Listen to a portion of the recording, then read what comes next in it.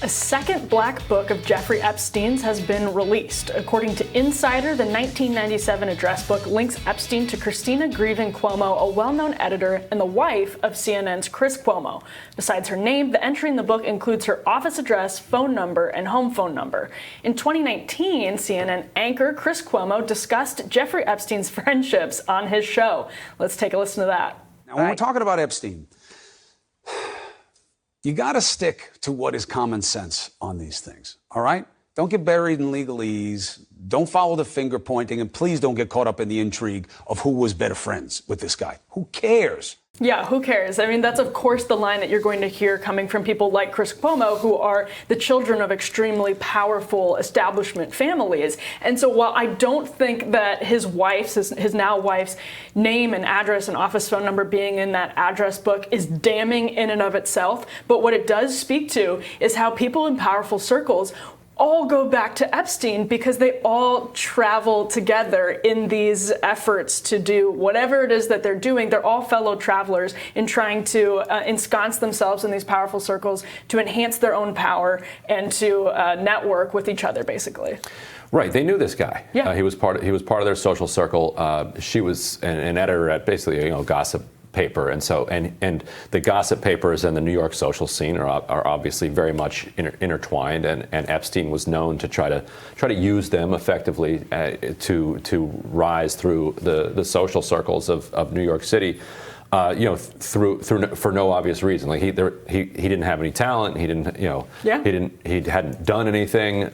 He just had a ton of Victoria's Secret money that he was sitting on, and also money from whatever intelligence agencies that he may have been cooperating with or working as an asset for. But that we still don't know the details of that. And that's why he was using the gossip magazines that Christina Greven Cuomo formerly worked at, so that when rubber hit the road, he would have all of this goodwill built up in powerful circles. And by the way, it worked great for him. If you look back on the decision that was made by prosecutors down in Florida that originally let him off so easily, this all worked out great for him. All of the sort of checks, or all of the things he did to ensure that he would be protected, it all worked out. The system worked great for Jeffrey Epstein. Until it didn't. Yeah. But speaking of which, Christina Cuomo wasn't the only person recently linked to Epstein. According to a new book by Miami Herald reporter Julie K. Brown, attorney Ken Starr, who headed the investigation into President Bill Clinton's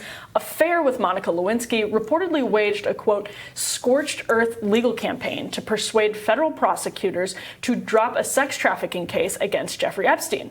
A former advisor to Starr during the impeachment trials, Judy Hirschman, wrote an op-ed in Medium attacking him recently, saying, quote, Starr has been at the intersection of so many wrong turns our country has made, including taking up cases for, quote, Supreme Court nominee accused of sexual assault Jeffrey Epstein, a Baylor University football player accused of rape, and a school teacher found guilty of molesting 5 young schoolgirls. Now, I'm going to put the Kavanaugh thing aside in this moment and focus on what she said in that Medium post about her conversation with Ken Starr over Epstein. She said that Ken Starr said, I need you to go talk to the Epstein guy, take a look at this case. He's somebody who got caught fooling around with a couple of 2 young girls who lied about their age. And that to me was the really telling quote in this report. We don't know if it's true. It still needs to be vetted. She put this on her Medium, and it wasn't published through an editorial process at a news outlet.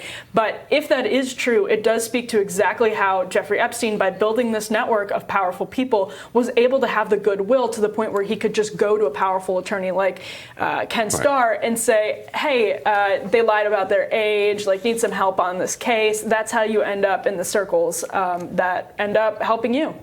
Right, and we don't just have to take her word for it. And, as she talks about, she was girlfriend, boyfriend with Ken Starr. Had an affair in her words, yeah. With Ken Starr, which started while he was impeaching the president for having an affair, for lying about an affair. We already knew that Newt Gingrich, who led the impeachment, was having an affair while he was leading that charge against Clinton. Now we know. Now we learned from her that Ken Starr was as well. And this was all about a Clinton affair. Everyone's just having an affair and covering up for their affair. That's how Washington works. Yeah, and so we don't have to take her word for it, because Julie Brown, who blew the lid on all of this for the Miami Herald, has her new book out in which she very much details Ken Starr's central role in this. And for people who have lived through this generation of unfolding politics, watching Ken Starr get a hold of what was the Whitewater investigation and drag it on for years and finally wind up with Monica Lewinsky and an impeachment trial, to learn that Ken Starr was the fixer, the lead attorney, who's pulling strings for Jeffrey Epstein in the White House to get him this sweetheart non-prosecution agreement is just too much. Do you know what's sort of tragically perfect about all of this is that Ken Starr and Bill Clinton are now both implicated in having inexcusably close ties to Jeffrey Epstein. I mean, Bill Clinton is it is true that the system worked for Jeffrey Epstein until it didn't, but I still think the system is working for Jeffrey Epstein because we know that all of these tapes were confiscated from his brownstone in New York. We still have no idea what the hell was on those tapes, and his links to potential intelligence services around the world is probably an example of why, or an explanation for why we still don't know so much and why we still haven't heard enough from Ghislaine Maxwell. And you can keep talking about all of these different things, but the fact that it is so symbolic to see Ken Starr and Bill Clinton caught up, and I think Bill Clinton to a higher degree. We still have we have reports that he was on Little St. James, Jeffrey Epstein's sex island, essentially, and we still don't know the extent of his relationship. Ghislaine Maxwell was at Chelsea Clinton's wedding. The Clintons have tried to obfuscate the closeness of that relationship between Bill Clinton and Jeffrey Epstein, but the fact that Ken Starr and Bill Clinton have been joined together in this beautiful marriage when it comes to their relationship with Jeffrey Epstein is so incredibly telling. Right. And that's all true, but Ken Starr's role here was to get him out of a prosecution agreement so that he could continue his reign of terror for the next, 10 years or so. Absolutely. Countless girls' and women's lives have been destroyed as a result of that. I mean, Julie Brown identified more than 50 victims.